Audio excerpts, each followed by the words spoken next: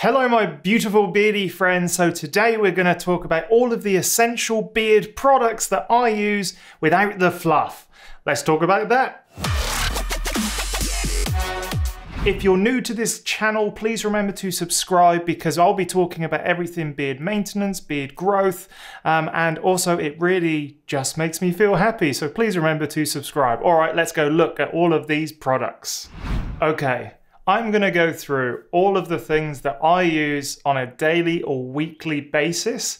And one thing I found that when I was looking at other tutorials or other blogs is that there's a lot of stuff. It's really confusing. And so this is the stuff that I've bought over the past sort of 2 years of growing a beard, maintaining it. And yeah, I've only included the stuff that I continue to use on a regular basis. So this is what I consider the absolute essentials. So yeah, let's talk about the first one, which is a hairdryer. This hairdryer was actually my partner's. So you have to get a hairdryer that does multiple speeds and temperatures. So I like to do a really, really hot sort of like drying pass over the beard, and then I lock it in and I do a cool one. So there's a cool button here that does a blast of cool. Or I can just turn the temperature right down. But having a hairdryer that does both hot and cold, I think is really, really important for your beard and styling. So my beard today has no product in it. It is purely blow dried and that's it. And obviously I've put in some beard wash and conditioner a couple days ago. And yeah, this is what is responsible for the majority of the hold. The products you put in afterwards are the stuff that kind of like refines it. But this and a trimmer is exactly what you need to get started. Okay, the next thing I love is this trimmer. It's actually a hair trimmer. I bought it to do my head. It comes with guides and it comes with like a brush to clean it and that sort of stuff. I also highly recommend you get some oil because the oil just keeps this working properly. This is a Wahl Professional, and it was about 140 Australian dollars, I think, but so worth it. I got the corded one just because I found that clippers with batteries, the first thing to go is the batteries, and that's the most annoying thing. But if you get a cable, you've never got that issue. And look, to be honest with you, I'm only ever doing this near a PowerPoint anyway. So yeah, the cord really doesn't get in the way. You know, I move it out of the way. It's super easy to work with. So probably if you're going to go for a heavy duty professional trimmer, get a corded one. So the reason I use this is because I have found that this cutting edge is perfect for trimming the beard without flattening it. Because when I brush the beard out, obviously then I want to trim back. It's just like hedge trimming. I want to trim the beard back to the shape I want it to be in. And the way I do that is just by passing this down through the beard. Now, other trimmers that I've used that aren't sort of professional hair trimmers flatten their hair, and I find I have to do multiple passes. I have to do less passes with this one. I still brush in between and pass and brush and pass, but this seems to cut rather than flatten the hair. I don't know whether that's my technique, but having a good sort of professional set of head trimmers to firm up a long beard, I think is really, really important. And I use this weekly when I do my hair. I have the guides to do the fade on the side and also trim up underneath just freehand, which is a bit scary when you first start. But yes, essential product, absolutely, a professional head trimmer for long beards. The next thing is a small beard trimmer, really cheap and inexpensive. On my website, I recommend the Braun one just because it's just a great trimmer. But this is actually a Remington one that someone left in my house ages ago. I don't think I actually bought it.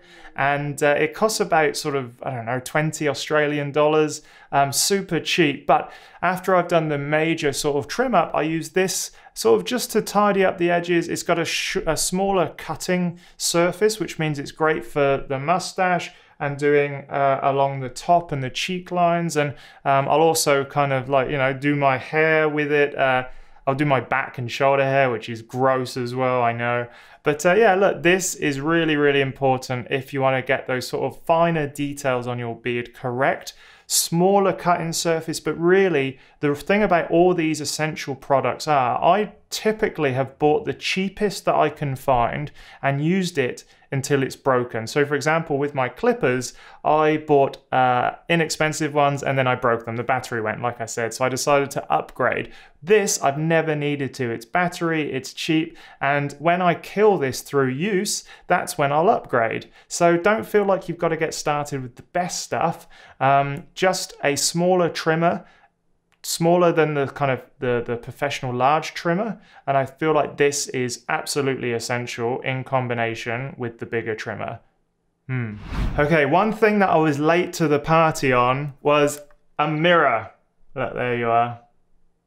A mirror is so important when I want to check the sides of my beard. So for example, under here, I want a nice sort of defined edge. Let's see if I can get that in.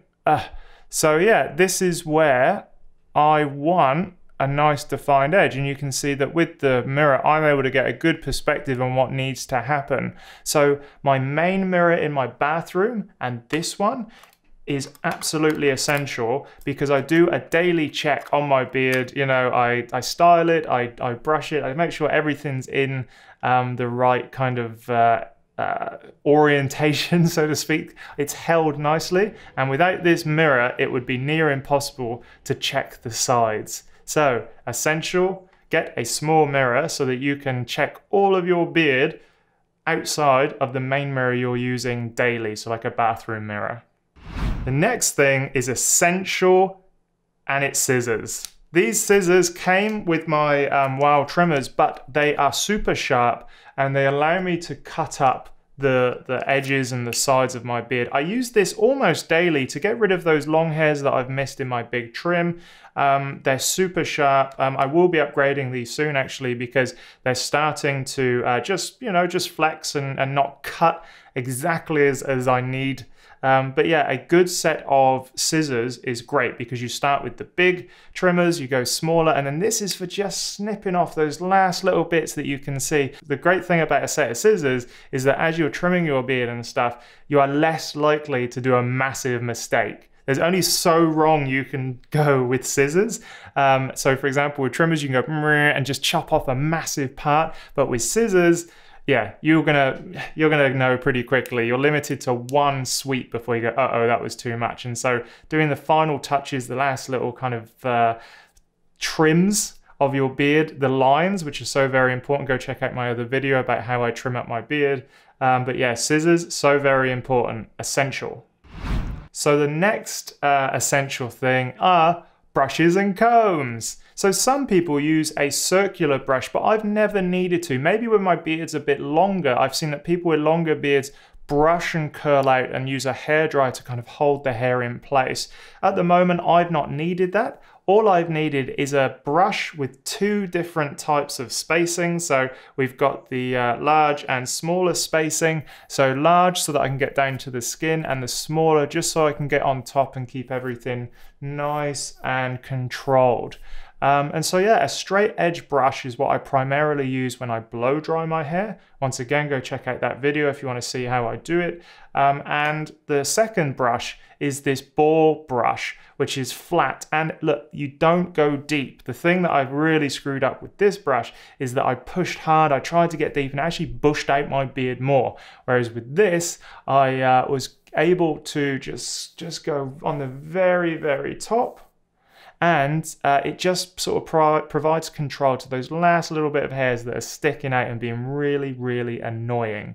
So a combination of brushes, straight, this ball brush, and if your beard is a little longer and you want to blow dry and hold, maybe a circular rounded brush is important. I haven't got there yet, but I'll let you know when I buy one and let you know if it's any different to these two. But at the moment, for this length beard, this is all I need. The next essential beard product is this. So it is a single blade safety razor. I bought mine on eBay. This is a vintage one. Actually, it was a gift. A friend of mine that I introduced to straight safety blades, a single blade razor for full-on shaving. Bought this after he found a vintage sort of set online, and he gave this to me, which was so nice. So yeah, it's a little bit sort of rusted, it's a little bit decayed, but it still works because inside we still have the simple razor blade. It is super efficient. It doesn't cost the world. I've never ever actually had a closer shave than with this exact razor. It takes a little bit of getting used to. It's not like you can hack away at your face like with Gillettes or other sort of trimmers, shavers, but it is so very important to get something that is a single blade, and because you can line up perfectly with this. I do this on the sides every morning, not this morning actually, I lie, and then underneath to clean up here. So this is so important. And a good sort of shave. I use this paste. It's just cheapened from the supermarket, but I really like the paste as opposed to that gel. This is less waste, still plastic, mind you, but less waste, goes so far. So essential, absolutely, for keeping your beard lines looking absolutely sharp. A single blade safety razor and some cream. Don't forget the brush as well. I almost forgot. So this is a really cheap boar head brush, and all I do is, you know, lather it up. You know, you can shave. You can shave. I don't need to explain this to you, but so very important. I love these. Okay, now we're getting down to the sort of products for conditioning and balm and all that sort of stuff. So the first thing I would say is beard oil. Now, I make my own beard oil. This beard oil is jojoba, argan oil, I think, essential oils, and that's it. So I'm going to do a video on how to make this for yourself. I accidentally put too much essential oil in one time, and it got really disgustingly scented. So if you don't want to make your own, I've put in the description a link to an unscented oil. And so I really recommend starting with an unscented oil, just so you get used to the kind of application of beard oil, and make sure that you are happy with how it makes your beard look. And then you've got two choices. You can either add scent to the unscented stuff, or you can just make your own. But I actually chose eucalyptus oil and tea tree oil. I ended up smelling like a disinfected hospital room. I completely misunderstood how strong and how smells relate to different areas. So I should have gone with vanilla, citrusy, like oaky, but you know, like that sort of stuff, which I did eventually. But yeah, so I really recommend going with unscented first, because this lasts a very long time. So if you buy a scent that you don't like, you're stuck with it. It's a bit of a waste of money. You can always buy another one, but get unscented, use it, and then add some essential oils if you must, or try different types of beard oil and find out which ones you love. But just be super aware that smells trigger memories, and the last thing you want is to choose a beard oil that triggers a bad memory, because you have to smell it all day in some form. You kind of get used to it throughout the day, but yeah, it's not good if it smells rubbish. Beard oil, essential product. One thing that I don't see a lot of, but I really like, and so look, you can see this is used, this is getting to the end of this, so I'm going to buy some more soon, but this is beard conditioner. It's from Bluebeard's original Beard Saver, I think it's called. I can't even read it because it's been completely worn off, but I love this. This is like a balm and an oil and a conditioner all in one, and sometimes I just feel like my beard needs a little bit of a rescue, or I just want to put a little bit something else in there. So not absolutely essential, but for me, I love it. I love having the opportunity to put a cream, which essentially this is more of a cream than a balm or an oil, and I just love being able to put it in. It smells citrusy, I like it. So Bluebeard, this isn't a sponsored post, but Bluebeard, I've not seen another product like this, but I really like it. I got it when I was in Austin, Texas for South by Southwest, and yes, love it. And the last little product is my very own beard balm.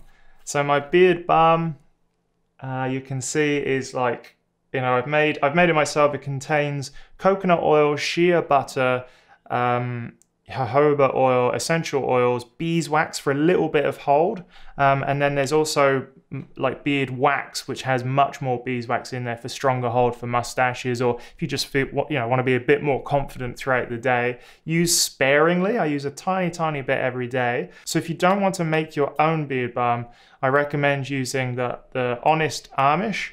It's really great, it's inexpensive, and yeah, that's what I recommend. But I will be doing a video on how to make beard balm with shea butter and all the coconut oil and all that sort of stuff. It's a bit hipster to be doing that, and when I was doing it, I was like, oh no. But there we are. That is the last bit of essential products I recommend for beards. Let me know in the comments what you use, but I think that is everything I use on a regular basis. Alright, if you're new to this channel, please remember to subscribe. That makes me very happy, and I'll be talking more and more about beard growth, conditioning, maintenance, and I'd love to share all of that knowledge with you. Okay, see you in the next video.